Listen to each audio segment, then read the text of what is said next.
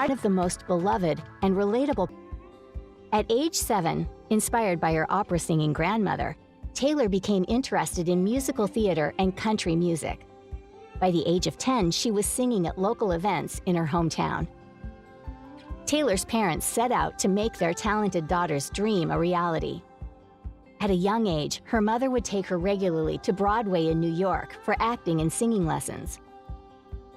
As a country singer, Taylor knew that Nashville was the place to be, and she was determined to get a record deal. At 11, she traveled publisher, and he said something to Liz like, "Why are you wasting your time with this 14-year-old kid?" And Liz said to him, "She pulls her own weight. In a songwriting session, she's no kid." And that, I thought that little anecdote right there said volumes about who this person was, who Taylor Swift really was. After learning the first 3 chords on her guitar with the help of her guitar teacher, Ronnie Creamer, she wrote her first song called Lucky You, inspired. So songwriting has been everything as far as me being an artist and being able to say what I want to say. It's been wonderful. The kid had ice water in her veins. She just knew what she wanted, and she had a very, very astonishing sense of self about her. To take that opportunity, which anybody would kill for, a development deal at a major record company like RCA, and basically say, "No, this isn't for me. It's not working. This isn't what I want." Just is jaw-dropping. It showed that Taylor didn't just want to be famous. Most people come to town, they'll do whatever it takes to be successful. You know, if somebody wants them to sing other people's songs, fine.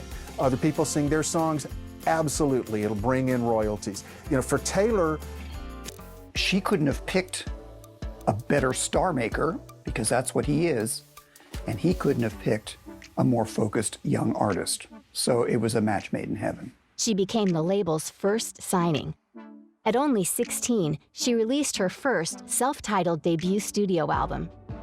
Doing things her own way, she launched her career with her own material, writing and singing her own very personal songs. The fact that she was writing from a teenager's perspective was what was different, because there hadn't been, prior to her, a child writer, a teen writer who wrote from a teen perspective in country music. And that, I think, was what set her apart. For Taylor to be willing to pull the stuff out of her life and to be able to put it on paper and sing it in front of people, that was really something special. And I think that's what people like Liz Rose and later Scott Borchetta really latched onto, was that willingness to be so honest about her own life. I think what makes Taylor country more than anything else is honesty. Because more than anything else, country music is honest music. You can't lie to the audience. They will find you out and they will leave you behind. Country audiences do not respect phoniness. There's no such thing as a rock star attitude in country music.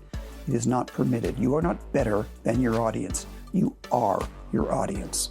And nothing says that more eloquently than the stardom of Taylor Swift. Most of your great songwriters write slightly fictionalized versions of their own lives, and Taylor certainly follows in that tradition. She learned that if you're gonna do it and you're gonna write songs that are gonna make a difference, you're gonna have to put yourself out there. Her first single ever was Tim McGraw, and the video won her a CMT Music Award. Her tales of young heartache achieved widespread success in the early 21st century. She wrote 3 songs alone, co-wrote the others, and they were all hits. She was only 17, but her maturity took everyone by surprise. The album hit. A long time ago. I first met her in Nashville after she had just turned 17. And her record had been out for a couple of months. And I was really impressed by the record when it came out. And that was one of the reasons I went to meet with her. That her songs sounded very refreshing to me. because this was a teenager living in, and it sounded very believable. To call attention to this age group, especially teens and young adults, I think it is hard enough being in your late teens to early 20s under any circumstances. You just don't want to get into the brain of someone. It's hard being a teenager. And then the fact that so many kids have to deal with so much more, so many more struggles and hardships, and I think it's amazing to call attention to that.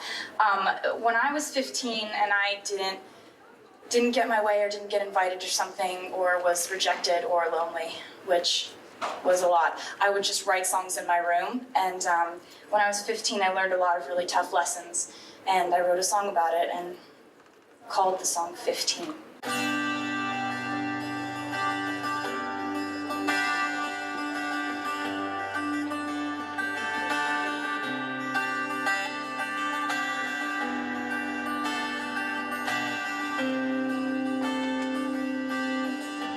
Take a deep breath and walk through the door. 2 years later, in November 2008, Taylor's second album and sophomore record, Fearless, came out, solidifying her status as a young superstar.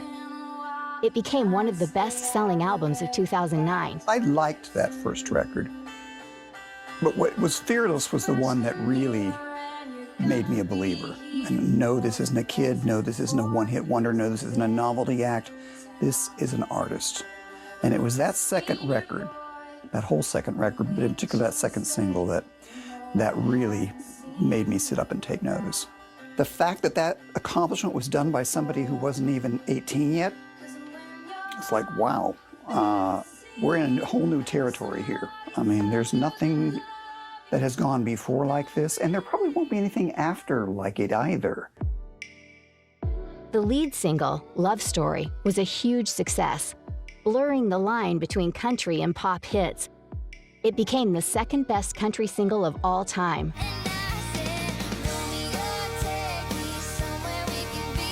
Unbelievable, and I'm so thankful every day for it. The album sold over 9 million copies worldwide. She won a string of high-profile awards, and then at just 20, became the youngest person ever to win the Country Music Association Entertainer of the Year award. And I've watched every single year of my life, I've watched the CMA Awards. Every single year that I can remember watching CMA Awards. So I know what this means, and that's why I'm so at a loss for words right now. Addressing the pace of my career, I feel like I look at it from both ways. Of course, it feels like just yesterday that I was knocking on doors of Nashville going, hey, will you listen to my demo? But then again, I feel so lucky to know you guys and to have talked to you in press rooms and to have been an opening act for every single person that I was nominated against in the Entertainer of the Year category. I'm just very appreciative right now. Well, tonight I'm just gonna dance around with my band and my crew and my record label and freak out, because honestly, I never imagined that 20 million record plaque in my mind just always seems unattainable. I never would have imagined that would be a possibility for a goal.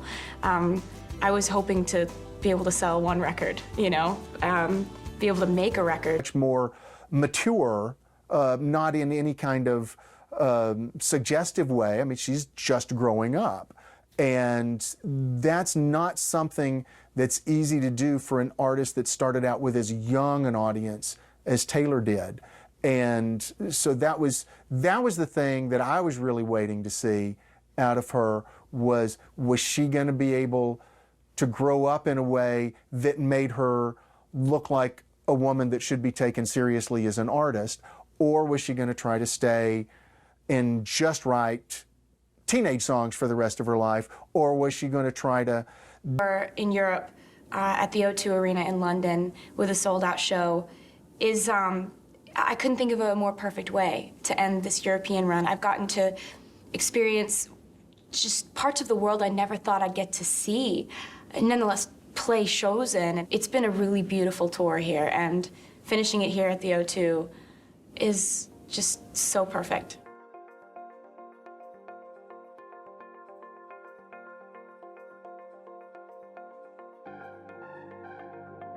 In 2012, she started to experiment with her music.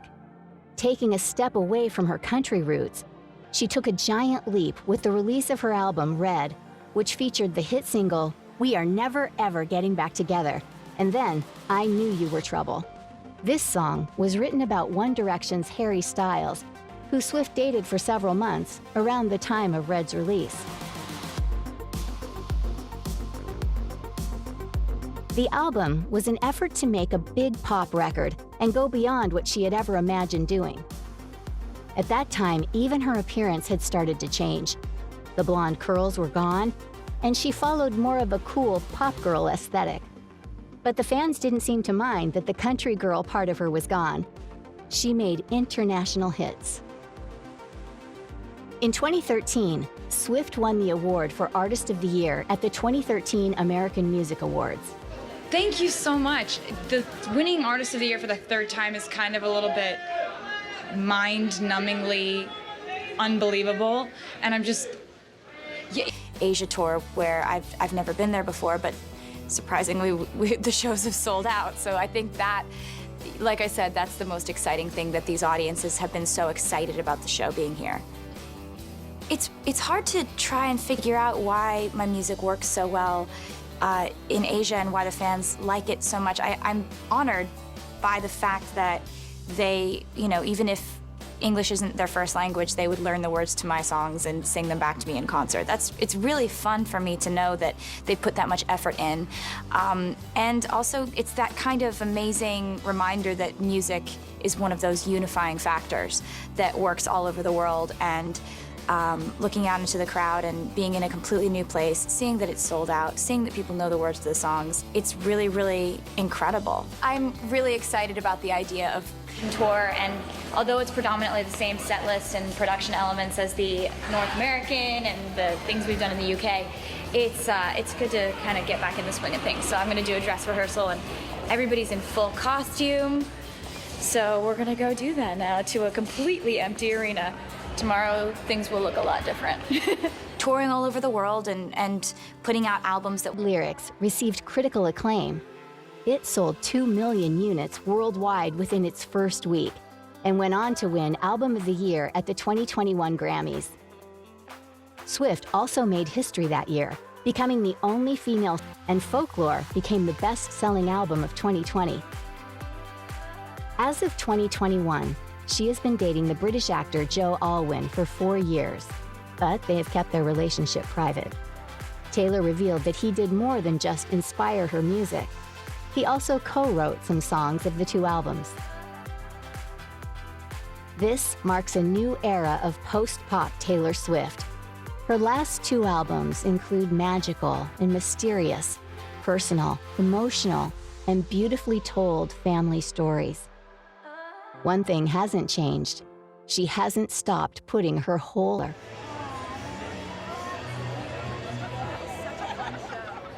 So thank you for coming here to say hello to me today, and thank you for being the people who, at the end of the day, make...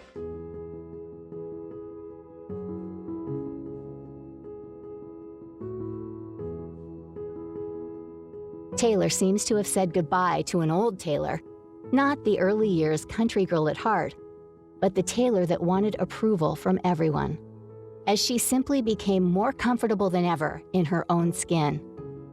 No, I think I'm gonna carry them as long as they'll let me have them.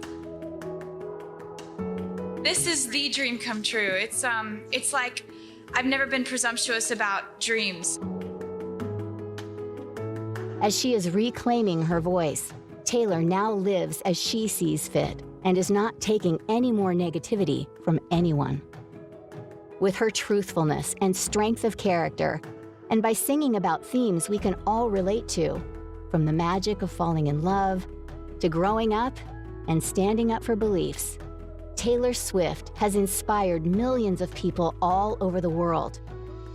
Throughout the years, she has kept her humility, and she has made her fans feel part of her story. When you have crazy dreams like I wonder what it would be like to win a Grammy someday. I never actually could fathom that it might happen until I was walking up there and winning one. You honestly do have to have humility to be a country star, to be able to say, look, here I am, I'm laying myself in front of you, I hope you like me, because I'm not better than you, I am you.